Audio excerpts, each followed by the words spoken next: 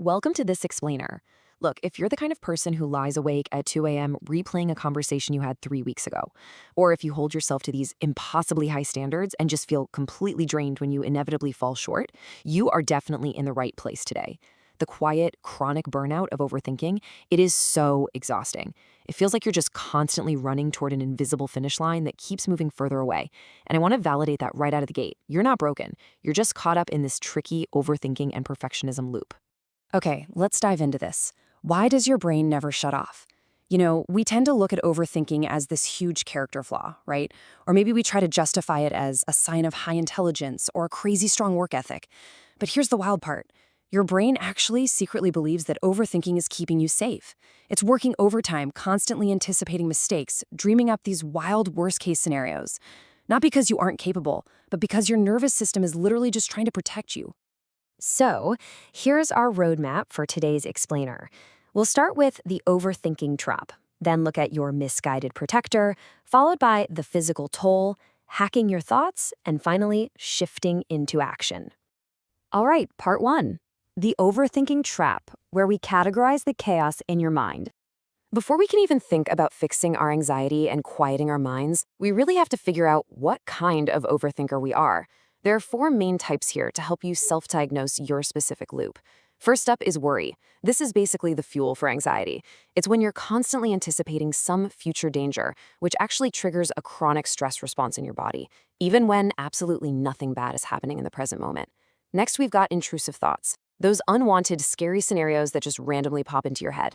Almost everyone gets these, but people who really struggle with them try to fight them. Just remember, your mind is basically a word machine, just spinning out possibilities. Third is overplanning. This happens when your brain runs a million scenarios and writes endless lists trying to control the outcomes so you never make a mistake. And finally, rumination. This one's tough. It's literally chewing on the past, dwelling on regrets, and beating yourself up over things you just can't change. Now, it's super important to point out that not all deep thinking is bad. There is a vital clinical difference between healthy reflection and toxic brooding. Reflective pondering, that's purposeful. It's time-bound. You're analyzing a problem to actually gain insight and fix it. Brooding, on the other hand, is just repetitive and passive. You're basically spinning your wheels, cycling through negative emotions without actually taking any constructive action. Honestly, if you aren't walking away with some kind of clarity or a next step, you aren't reflecting, you are brooding. Moving on to section two. Let's talk about your misguided protector and why your brain somehow thinks all this stress is actually helping you. We really need to reframe perfectionism and overthinking here. This isn't some personal failure on your part. It's really just a survival mechanism that's gone a little bit haywire. I mean, have you ever been so completely overwhelmed by choices that you just end up doing nothing at all? Yeah, that's analysis paralysis. In our modern world, we are hit with this absolute explosion of choices every single day. We overanalyze every possible outcome because we're absolutely terrified of messing up. And this paradox of choice means that having infinite options actually totally drains our mental battery. It leaves us with severe decision fatigue, making us just want to avoid deciding altogether. So why do we do this to ourselves? Well, it's because your brain secretly believes that overthinking is shielding you from danger, rejection, and uncertainty. Think about it from an evolutionary standpoint. Threat detection is what kept our ancestors alive, right? Overanalyzing whether that rustling in the bushes was just the wind or a literal predator, that was a brilliant survival strategy. Today, your nervous system still basically equates staying on high alert with staying safe. Your brain does this weird math and goes, hey, I worried about that big presentation and I didn't die, so I better worry just as much about the next one so I survive that too.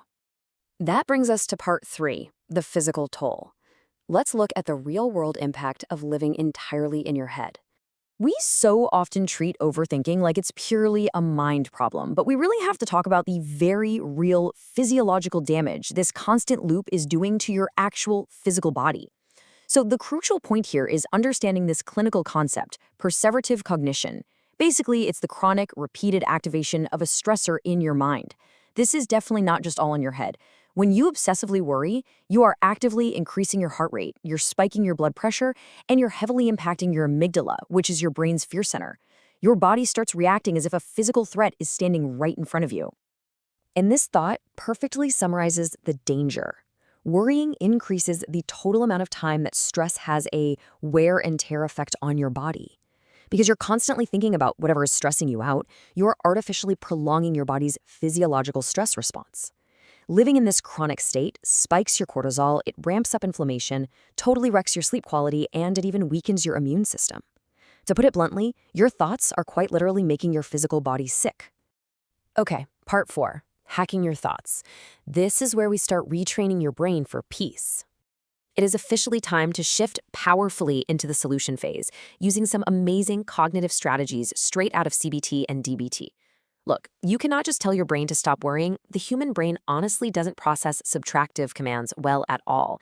If I tell you right now, do not think of a pink elephant, what's the very first thing you picture? Exactly. Instead, you need to try the scheduled worry protocol. Here's how it works. Pick a specific time every day, let's say 5 p.m. For 20 minutes, write down every single worry you have on a piece of paper. Get it all out.